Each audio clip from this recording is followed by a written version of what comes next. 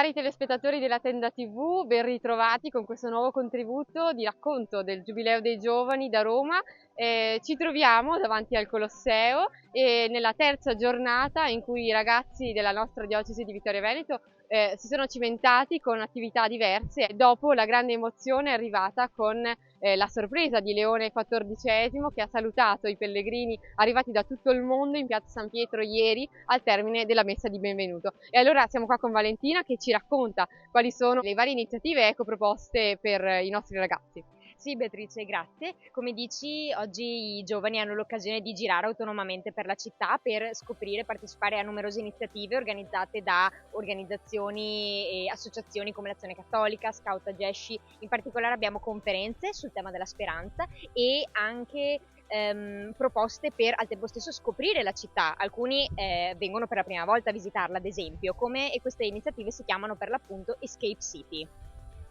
Abbiamo qui con noi una giovane pellegrina vittoriese che ci racconterà a quale proposta ha partecipato questa mattina, in particolare, se non sbaglio, una di Escape City, e grazie alla quale i giovani hanno l'occasione di scoprire luoghi particolari della città e al loro interno fare particolari attività.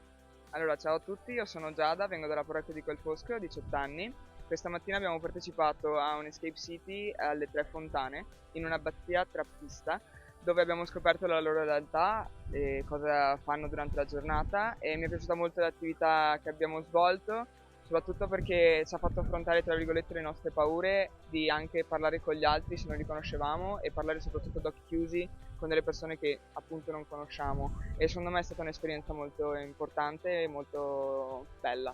Abbiamo raggiunto un giovane che ha un ruolo speciale all'interno di questo Giubileo dei Giovani, è uno dei due volontari partiti dalla nostra diocesi e che qui al Giubileo dei Giovani partecipa svolgendo un servizio di volontariato speciale.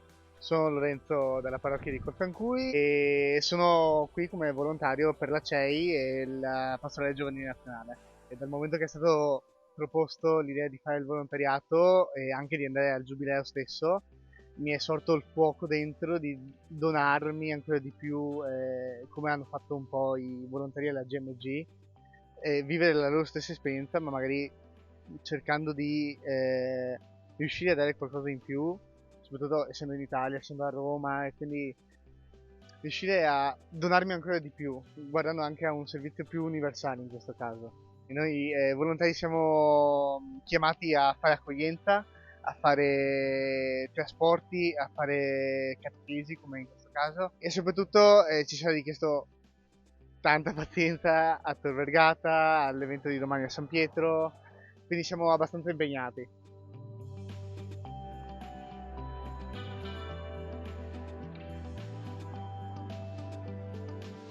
Tra le iniziative proposte dalla CEI e dal Dicastero per l'Evangelizzazione per le giornate di mercoledì e giovedì ci sono anche, oltre alle catechesi e ad altre proposte, le esperienze di prossimità che i giovani dell'unità pastorale La Pieve hanno deciso, ecco, di fare. Allora siamo con il cappellano, il vicario parrocchiale Don Luca Soldan, che ci racconta, ecco, quali sono stati i motivi di questa scelta e come effettivamente è andato questo pomeriggio.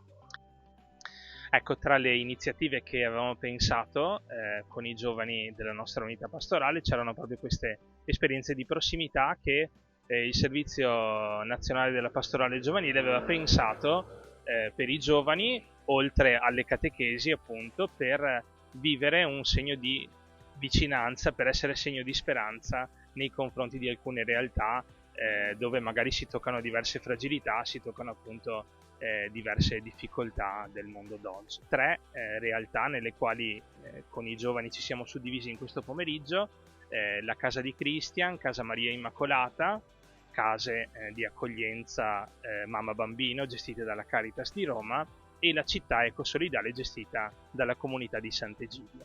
Ecco, adesso ci siamo ritrovati per rivederci insieme dopo questa esperienza, un po' come i discepoli che ritornavano dopo la missione. Abbiamo visto davvero che sono state esperienze nelle quali i giovani soprattutto hanno incontrato realtà molto quotidiane, molto concrete, realtà appunto però nelle quali c'è bisogno di essere segno di speranza. Ce lo ricorda bene anche la bolla di indizione del giubileo di quest'anno, no, del 2025. I giovani sono il segno di speranza più bello, scriveva Papa Francesco, e ascoltando i racconti, anche vivendo in maniera particolare, anche personalmente, una di queste esperienze presso Casa Maria Immacolata, dove appunto sono accolte delle mamme con i bambini, una casa gestita da una congregazione di suore francescane. Abbiamo davvero sperimentato cosa significa condividere il tempo, condividere appunto un'esperienza con ragazzi, con appunto mamme e bambini che hanno bisogno di vicinanza, hanno bisogno di speranza anche oggi. Ecco, allora grazie a Don Luca Soldani e a tutti i nostri ospiti per essere stati con noi in questa terza giornata, ecco, di racconto del Giubileo dei Giovani da Roma, realizzato in collaborazione tra la Tenda TV, la Pastorale Giovanile Diocesana di Vittorio Veneto e l'Azione. Allora ci vediamo domani per il prossimo appuntamento.